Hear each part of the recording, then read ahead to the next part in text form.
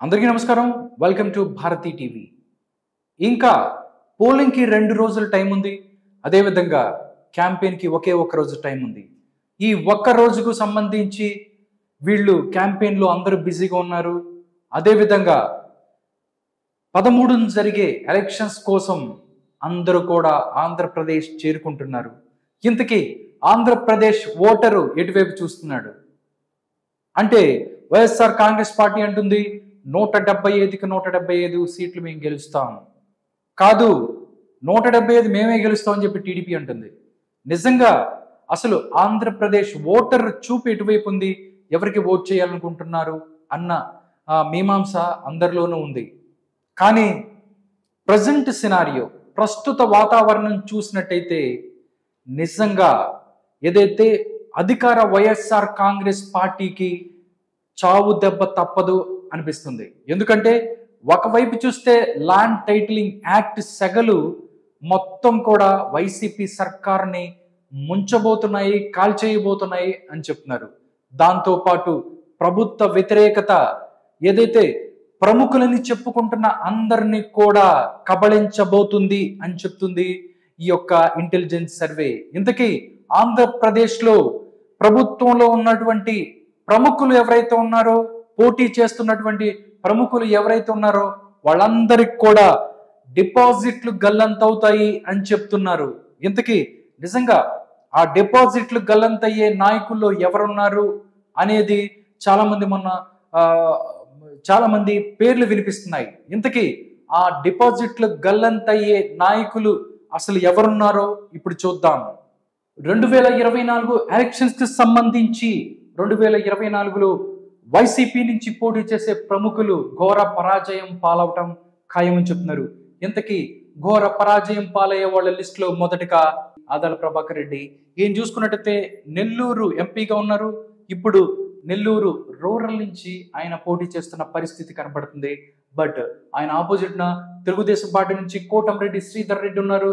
2019లో కూడా ఆయన అక్కడి నుంచి గెలిచిన పరిస్థితి. బట్ ఇప్పుడు మాత్రం ఆదాల ప్రభాకర్ రెడ్డి ఎవరైతే ఉన్నారో ఎంపీగా పోటీ చేసిన ఆయన నెల్లూరు రూరల్ నుంచి పోటీ చేస్తున్నారు. కోటంరెడ్డి శ్రీధర్ రెడ్డిని ఎదుర్కొంటున్నారు. కానీ ఈ సీట్లో మాత్రం కోటంరెడ్డి శ్రీధర్ రెడ్డి మీద ఏదైతే ఆయన గెలిచే హోప్స్ లేవు, ఆయన ఓడిపోతాడు, ఘోర పరాజయం పాలవుతాడు అని చెప్తున్నాయి సర్వేలు. నెక్స్ట్ అంబటి రాంబాబు ఆయన చూసినట్టయితే ఇరిగేషన్ మినిస్టర్ గా ఉన్నారు. 2019లో ఆయన సత్తెనపల్లి నుంచి పోటీ చేశారు. ఆంధ్రప్రదేశ్ అసెంబ్లీకి ఆయన అక్కడి నుంచి గెలిచారు.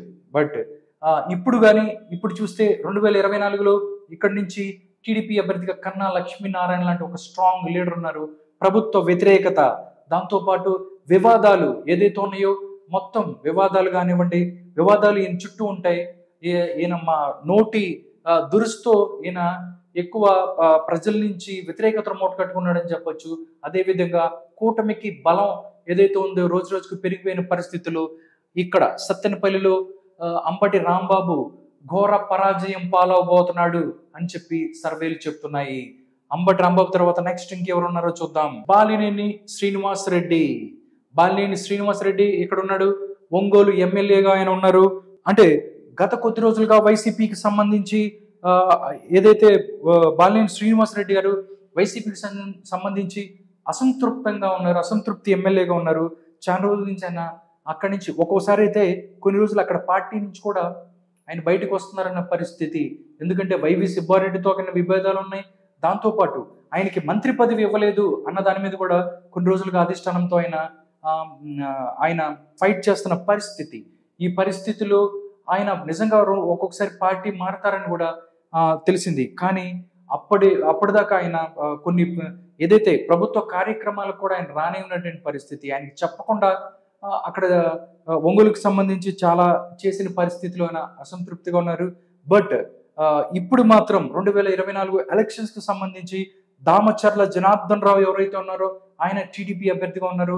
ఒంగోలు నుంచి ఆయన చేతిలో ఘోర పరాజయం పాలవబోతున్నాడు బాలినేని శ్రీనివాసరెడ్డి అని సర్వేస్ చెప్తున్నాయి. నిజంగా ఒక రకంగా చూసుకున్నట్టయితే ఎంఐఎంఈలు ఓడిపోబోతున్నారు అని చెప్పి ఎక్కడ చూసినా ప్రజా వ్యతిరేకత, ల్యాండ్ టైటిలింగ్ చట్టాలు, లేకపోతే ఈ పెన్షన్స్ కి సంబంధించో, లేకపోతే చాలా ఏదైతే గవర్నమెంట్ చేసిన అనాలోచిత నిర్ణయాలు ఏదైతే ఉన్నాయో వాళ్ళ డెసిషన్స్ అవన్నీ వాళ్ళందరికీ ప్రాణ సంకటంగా మారబోతున్నాయి అని చెప్తున్నాయి సర్వేలు, గ్రౌండ్ లెవెల్ రిపోర్ట్. నెక్స్ట్ చూస్తే ఇక్కడ గుడివాడ అమర్నాథ్ గాజువాక ప్రస్తుతం ఐటీ మినిస్టర్గా పనిచేస్తున్నారు. ఎవరైతే ఉన్నారో తీవ్ర వ్యతిరేకత ఉంది ప్రజల్లో. ఆయన చేసిన ఏదైతే కామెడీ అవ్వచ్చు, లేకపోతే సరిగ్గా తెలియకుండా మాట్లాడిన మాటలు ఏదైతే ఉన్నాయో ప్రజల్లో వ్యతిరేకతను మూడగట్టుకున్నాయి.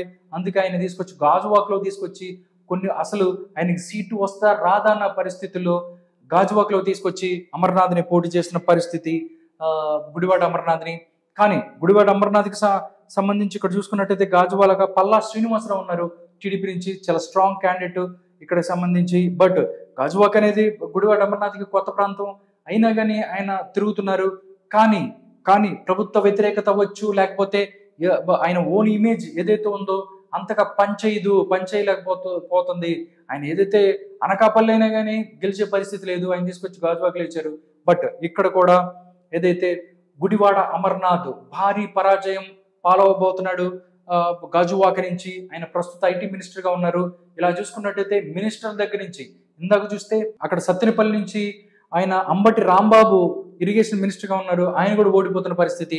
ఇప్పుడు గుడివాడ అమర్నాథ్ ఎవరైతే ఉన్నారో ఆయన కూడా ఐటీ మినిస్టర్గా ఉన్నారు, ఆయన కూడా ఓడిపోబోతున్న పరిస్థితిని చూస్తున్నాం. ఇలా చూస్తే నిజంగా ఎవరైతే ప్రముఖులు ఉన్నారో అందరూ కూడా డిపాజిట్లు గల్లంతయ్యే పరిస్థితి ఏర్పడుతుందని చెప్పి మాట్లాడుతున్నారు.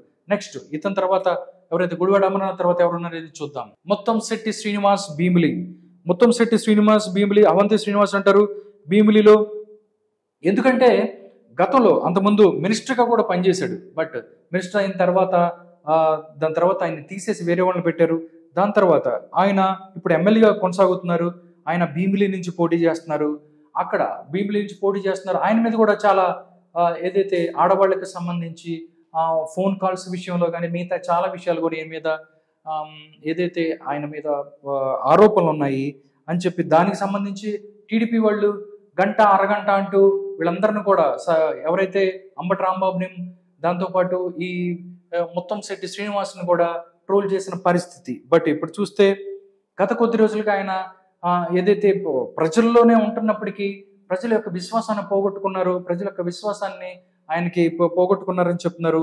అటువైపు చూస్తే గంటా శ్రీనివాసరావు ఎవరైతే ఉన్నారో ఆయన స్ట్రాంగ్ లీడర్, దాంతోపాటు డబ్బులున్న మనిషి. దాంతో అక్కడ భీమిలిలో భారీ పరాజయం, ముత్తంశెట్టి శ్రీనివాస్ భారీ పరాజయం మూటగట్టుకోబోతున్నాడు.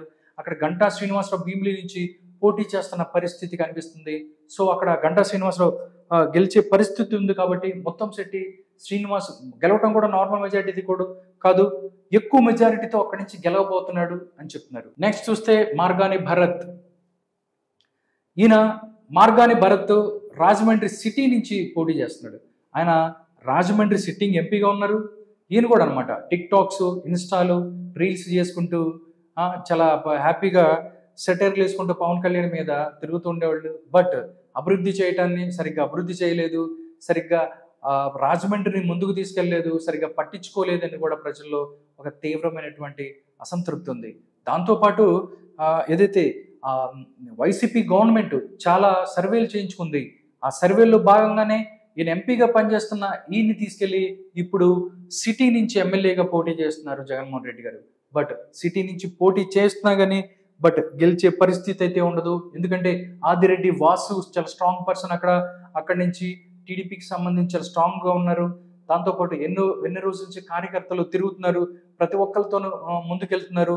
అదేవిధంగా టీడీపీ కూటమి బలం కూడా రాజమండ్రికి సంబంధించి ఎక్కువ ఉంది. కాబట్టి అక్కడ మార్గాని భరత్ డ్యామ్ షూర్గా అత్యధిక ఓట్ల తేడాతో పరాజయాన్ని పొందబోతున్నాడు మార్గాని భరత్ అన్నట్టు తెలుస్తోంది. నెక్స్ట్ ఆళ్ల నాని ఏలూరుకి సంబంధించి నిజంగా అంటే హెల్త్ మినిస్టర్గా ఉన్నప్పటికీ కరోనా సమయంలో కరెక్ట్గా ఆయన వర్క్ చేయలేదు. కరోనా సమయంలో సరిగ్గా వాళ్ళు ఏదైతే పనులు కరెక్ట్ చేయలేకపోవడం వల్ల ఎక్కువ మరణాలు కూడా సంభవించాయి ఆంధ్రప్రదేశ్లో. వాళ్ళ మందులు కానీ సరిగ్గా ఇవ్వలేదు, పారిశుద్ధ్యానికి సంబంధించి ఇవన్నీ సరిగ్గా చేయలేదని కూడా ప్రజల్లో ఒక భావన ఉంది. దాంతోపాటు బడేటి రాధాకృష్ణ ఎవరైతే ఉన్నారో అక్కడి నుంచి టీడీపీ అభ్యర్థిగా పోటీ చేస్తున్నారు. ఆయనకి చాలా స్ట్రాంగ్ క్యాడర్ ఉంది అక్కడ.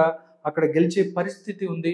కాబట్టి ఆళ్ల నాని ఓడిపోబోతున్నాడు, ఓడిపోయే లిస్టులో ఆళ్ల నాని కూడా ఉన్నారు అన్నట్టు చెప్తున్నారు. బుట్టా రేణుక ఎమ్మినుగూర్, ఈవిడ బుట్టా రేణుక గారు ఎమ్మినుగూరు నుంచి పోటీ చేస్తున్నారు. మాజీ మాజీ కర్నూలు ఎంపీగా కూడా పనిచేశారు. ఆవిడ చాలా డబ్బులున్న వ్యక్తి. ఎందుకంటే మెరిడియన్ స్కూల్స్ అవ్వచ్చు, లేకపోతే చాలా వ్యాపారాలు, హోటల్స్ వ్యాపారాలు ఉన్నాయి. ఆర్థికంగా చాలా బలమైన వ్యక్తి. అయినను ప్రజాసేవలు కానీ, దాంతోపాటు ప్రజలను దూరం పెట్టారు, వాళ్ళకు దూరంగా జరిగారు. ఎప్పుడు హైదరాబాద్లో ఉంటారు, అక్కడ ఉండి పట్టించుకోబోతున్న పరిస్థితి లేదు. అందుకనే బుట్టా రేణుక ఏదైతే ఉందో అక్కడ ఎమ్మినుగూరులో ఓడిపోయే పరిస్థితి ఉంది అని చెప్తున్నారు. ఆపోజిట్ లో జయ నాగేశ్వర్ రెడ్డి ఉన్నారు టీడీపీ నుంచి. చాలా స్ట్రాంగ్ క్యాడర్ ఉంది. గత కొద్ది రోజులుగా ప్రజల్లో ఆయన తిరుగుతున్నారు. ఆయనతో మంచి సంబంధాలు, ప్రజలతో మంచి సంబంధాలు ఉన్నాయి. కాబట్టి ఎమ్మినుగూరుని జయ నాగేశ్వర్ రెడ్డి గెలవబోతున్నారు. బుట్టా రేణుక భారీ పరాజయాన్ని మూట కట్టుకోబోతుంది ఎమ్మినుగూరులో అన్నట్టు చెప్తున్నారు. నెక్స్ట్ చూద్దాం. చెల్లిపోయిన వేణుగోపాల్ కృష్ణ రాజమండ్రి రూరల్, ఈయన బీసీ సంక్షేమ శాఖ మంత్రిగా కూడా ఉన్నారు. ఆయన ప్రజెంట్ ఆయన రాజమండ్రి రూరల్ నుంచి పోటీ చేస్తున్నారు. కానీ రాజమండ్రి రూరల్ నుంచి గోరంట్ల బుచ్చయ్య చౌదరి ఉన్నాడు. ఆయన అక్కడి నుంచి ఆయన పోటీ చేస్తున్నారు. గత కొద్ది రోజులుగా చూస్తే చాలా స్ట్రాంగ్ క్యాడర్ ఉంది టీడీపీకి అక్కడ. దాంతోపాటు గోరంట్ల బుచ్చయ్య చౌదరి కూడా ఆయనకి అక్కడ క్యాడర్ ఉంది. సో ఈసారి కూటమి బలం, అదేవిధంగా తెలుగుదేశం, జనసేన, బీజేపీ బలంతో పాటుగా ఏదైతే గోరంట్ల బుచ్చయ్య చౌదరి ఇమేజ్ కూడా పనికొస్తుంది. బట్ బీసీ సంక్షేమ శాఖ మంత్రిగా పనిచేసినప్పటికీ అక్కడ పేరుకే మంత్రి కానీ ఎక్కువ పనులు చేయలేదు. దాంట్లో పాటు అవినీతిలో కూడా కూరుకుపోయారు. అవినీతికి సంబంధించిన ఆరోపణలు కూడా ఈయన మీద ఉన్నాయి అని చెప్తున్నారు. టోటల్ గా చూసినట్టయితే రాజమండ్రి రూరల్లో చెల్లిపోయిన వేణుగోపాల్ ఏదైతే ఉందో ఆయన భారీ పరాజయాన్ని మూట కట్టుకోబోతున్నారు. అక్కడి నుంచి రాజమండ్రి రూరల్ నుంచి గోరంట్ల బుచ్చయ్య చౌదరి గెలవబోతున్నారు అన్నట్టు తెలుస్తుంది. గ్రంథి శ్రీనివాసరావు చూసుకున్నట్టయితే 2019లో పవన్ కళ్యాణ్ లాంటి ఒక స్ట్రాంగ్ లీడర్ని, జనసేన అధ్యక్షుడిని ఓడించిన పరిస్థితి. బట్ ఇప్పుడు చూస్తే మాత్రం ఇక్కడ నుంచి ఓడిపోయే పరిస్థితి కనబడుతుంది. భీమవరం నుంచి ఎదురుగా పోలపర్తి రామాంజనేయులు ఎవరైతే ఉన్నారో జనసేన పార్టీ, పోలపర్తి రామాంజనేయులు ఆయన చేతిలో ఓడిపోబోతున్నాడు గ్రంథి శ్రీనివాసరావు అని చెప్తున్నారు. ఎందుకంటే గ్రంథి వరుసగా గెలుస్తున్నప్పటికీ 2019 నుంచి అక్కడ పారిశుద్ధ్యానికి సంబంధించి లేకపోతే చాలా పనులు సరిగ్గా చేయలేదు, భీమవరాన్ని సరిగ్గా పట్టించుకోలేదు అనేది కూడా భీమవరం ప్రజల్లో నాటుకుపోయింది. సో దాంతోపాటు పవన్ కళ్యాణ్ మీద కామెంట్స్ చేస్తూ, కామెంట్లు ఎక్కువగా ఆయన ప్రతిదానికి ఆయన తిడుతూ కూడా ప్రజా వ్యతిరేకతను మూటగట్టుకున్నాడు. దాంతోపాటు జన సైనికుల్లో అవ్వచ్చు, తెలుగుదేశం పార్టీ క్యాడర్లో చాలా వ్యతిరేకత ఉంది ఈయన మీద. దాంతోపాటు సొంత క్యాడర్లో కూడా కొంతమంది వెళ్ళిపోయి అక్కడ టీడీపీ, జనసేన పార్టీలో చేరటం వల్ల ఈయనకి చాలా ఇబ్బందులు ఎదుర్కొంటున్నాడు అని చెప్తున్నారు. నిజంగా భీమవరంలో 2024లో భీమవరంలో గ్రంథి శ్రీనివాసరావు ఓడిపోబోతున్నాడు, భారీ పరాజయాన్ని మూటగట్టుకోబోతున్నాడు అని చెప్తున్నారు. వైసీపీ నుంచి భారీ మెజారిటీతో ఓడిపోయే లిస్ట్ లో జోగి రమేష్ కూడా ఉన్నారు, పెనంలూరు నుంచి పోటీ చేస్తున్నారు ఆయన. అటువైపు నుంచి బోడి ప్రసాద్ ఉన్నారు పెనంలూరు నుంచి. బట్ ఇక్కడ జోగి రమేష్ కూడా ఓడిపోబోతున్నాడు అని చెప్తున్నారు. ఆయన నోటి దోలే ఎంతవరకు తీసుకొచ్చిందని చెప్పొచ్చు. ఎందుకంటే ఏది పడితే అది మాట్లాడుతూ ఉంటారు. దాంతోపాటు తెలుగుదేశం పార్టీ ఆఫీస్ మీద దాడి చేసిన వాళ్ళ వ్యక్తులు కూడా ఇక్కడి నుంచే ఇతనే దాడి చేయించారని కూడా అంతకుముందు దానికి సంబంధించి కేసులు కూడా నమోదయ్యాయి.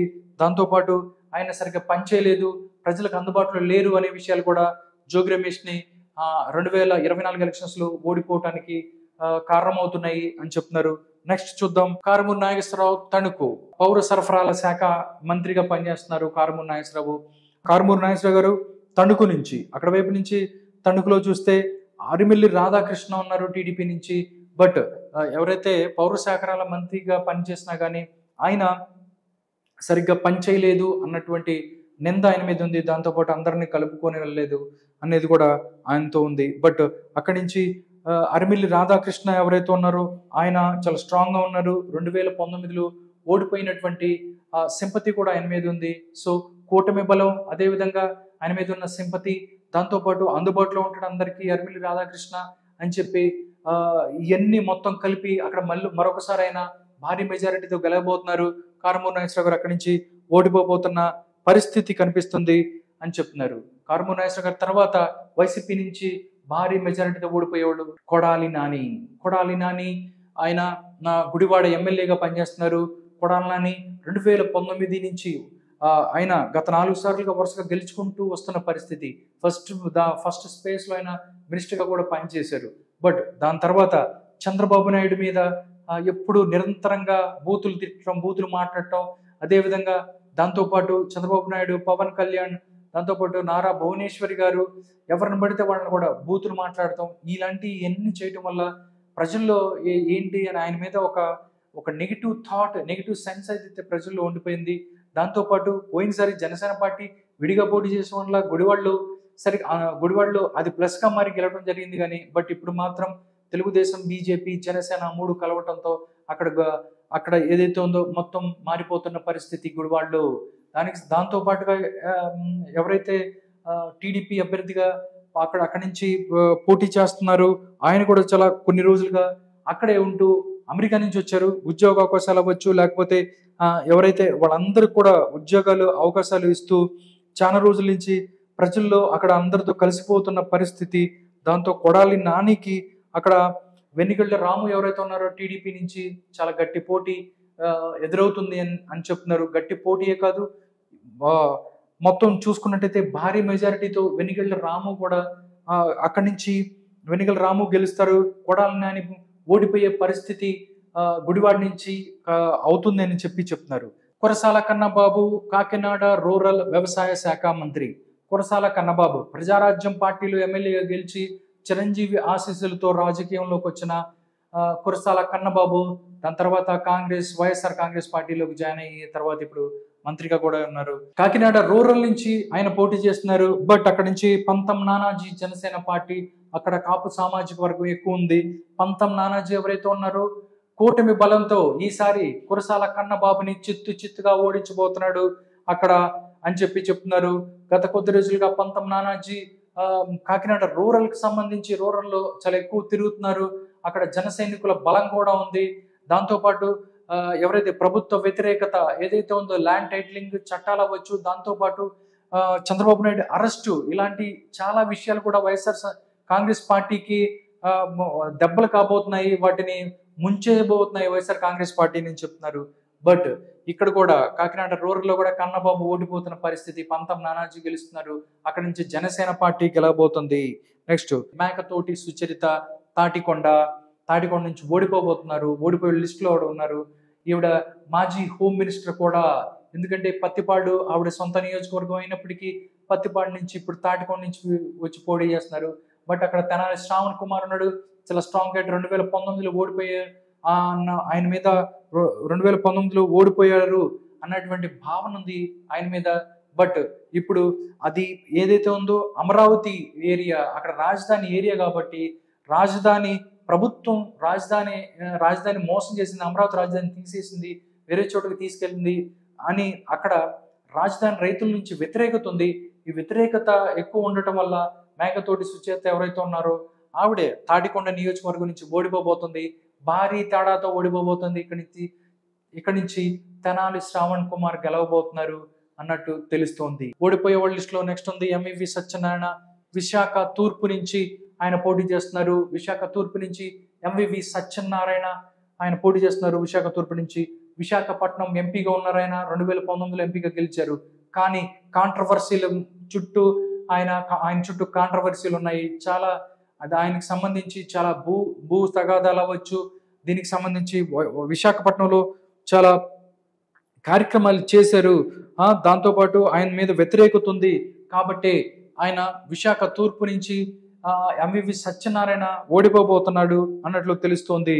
విశాఖ తూర్పు నుంచి మనం చూసుకున్నట్టయితే అక్కడి నుంచి వెలగపూడి రామకృష్ణ బాబు ఉన్నారు. ఆయన 2019లో కూడా ఆయన అక్కడ గెలిచారు. బట్ ఇప్పుడు కూడా 2024లో కూడా వెలగపూడి రామకృష్ణ బాబు ఎందుకంటే అక్కడ గెలవబోతున్నాడు. ఆయన చాలా రోజులుగా వెలగపూడి రామకృష్ణ బాబు అక్కడ విశాఖపట్నం తూర్పుకి సంబంధించి ప్రజలందరితోనూ కలిసిపోయి అక్కడ చాలా ఉద్యమాలు చేశారు. విశాఖ స్టీల్ కి సంబంధించి ఉద్యమంలో కూడా పాల్గొన్నారు. ఇలాగా ఆయనకు అక్కడ మంచి పేరుంది. సో అక్కడి నుంచి వెలగపూడి రామకృష్ణ బాబు గెలవబోతున్నాడు భారీ మెజారిటీతో. ఎంవివి సత్యనారాయణ ఓడిపోబోతున్నాడు అన్నట్టు తెలుస్తోంది. నెక్స్ట్ చూస్తే పినిపే విశ్వరూప్ అమలాపురం రవాణా శాఖ మంత్రిగా ఆయన పనిచేస్తున్నారు. నిజంగా అమలాపురం నుంచి ఆయన పోటీ చేస్తున్నారు. ఆయన గత కొద్ది రోజులుగా ఆయన వైసీపీలో చాలా అసంతృప్తి ఎమ్మెల్యేగా ఉన్నారనేది తెలుస్తుంది. కొన్ని రోజుల ముందు ఆయన జనసేనలోకి వస్తారు అని కూడా టాక్ వచ్చింది. బట్ ఇప్పుడు చూస్తే మాత్రం అమలాపురంలో పి విశ్వరూప్ ఓడిపోతున్నారు. పినిపే విశ్వరూప్, ఐతాబత్తుల ఆనందరావు ఎవరైతే ఉన్నారో ఆయన భారీ మెజారిటీతో అక్కడ గెలవబోతున్నారు అన్నట్టు తెలుస్తోంది. ఎందుకంటే చాలా ఇష్యూస్ కూడా అమలాపురంకి సంబంధించి చాలా ఇష్యూస్ జరిగినాయి.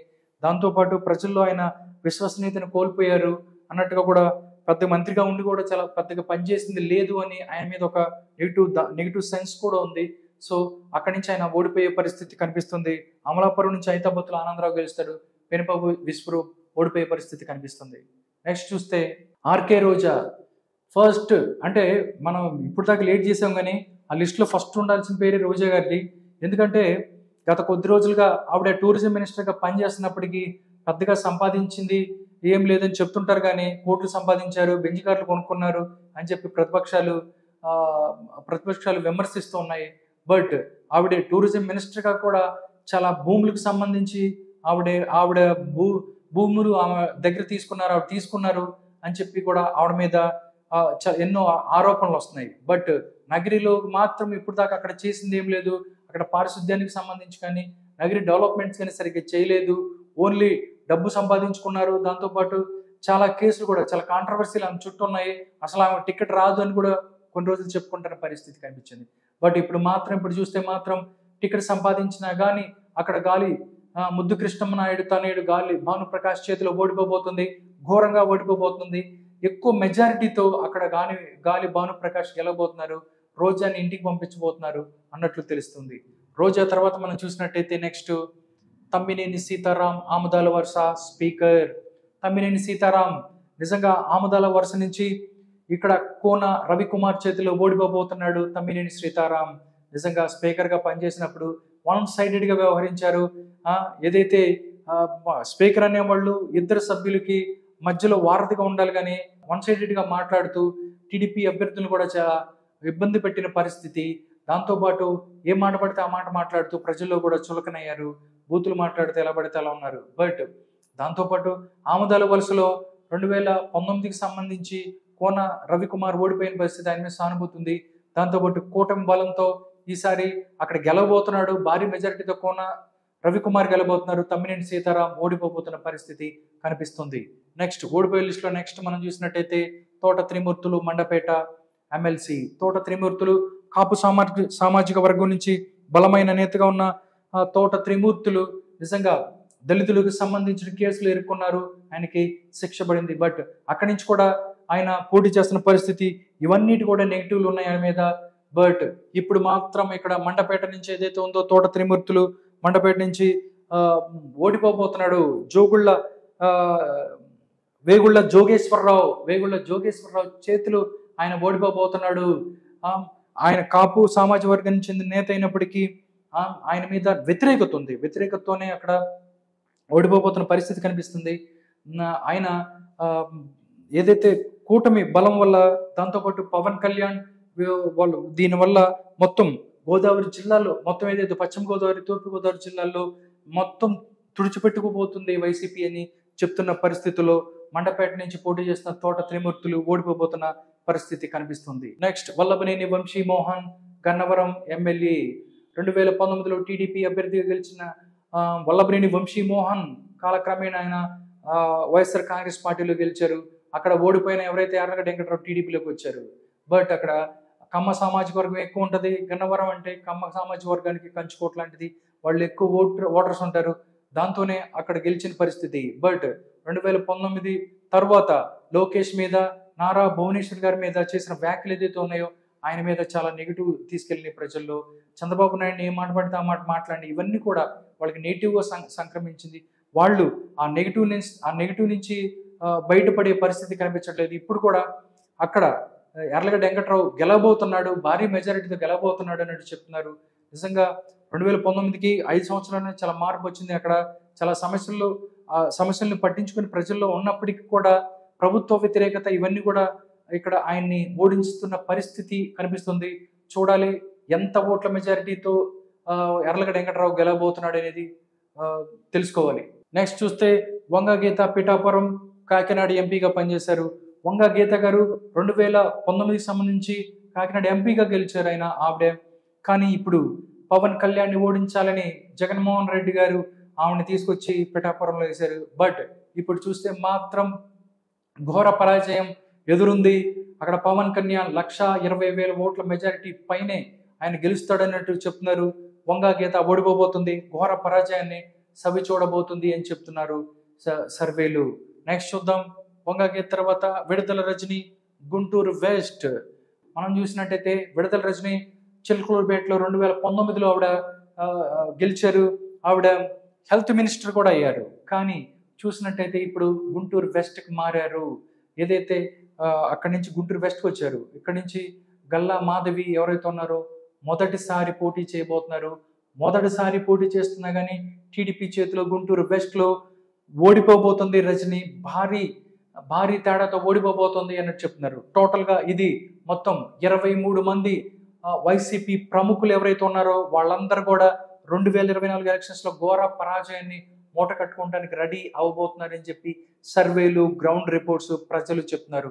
చూడాలి నిజంగా 2024కు సంబంధించి వీళ్ళతో పాటు ఇంకెవరెవరు ఉండబోతున్నారు ఏంటి అనేది తెలియాలంటే కొన్ని రోజులు వెయిట్ చేయాల్సిందే.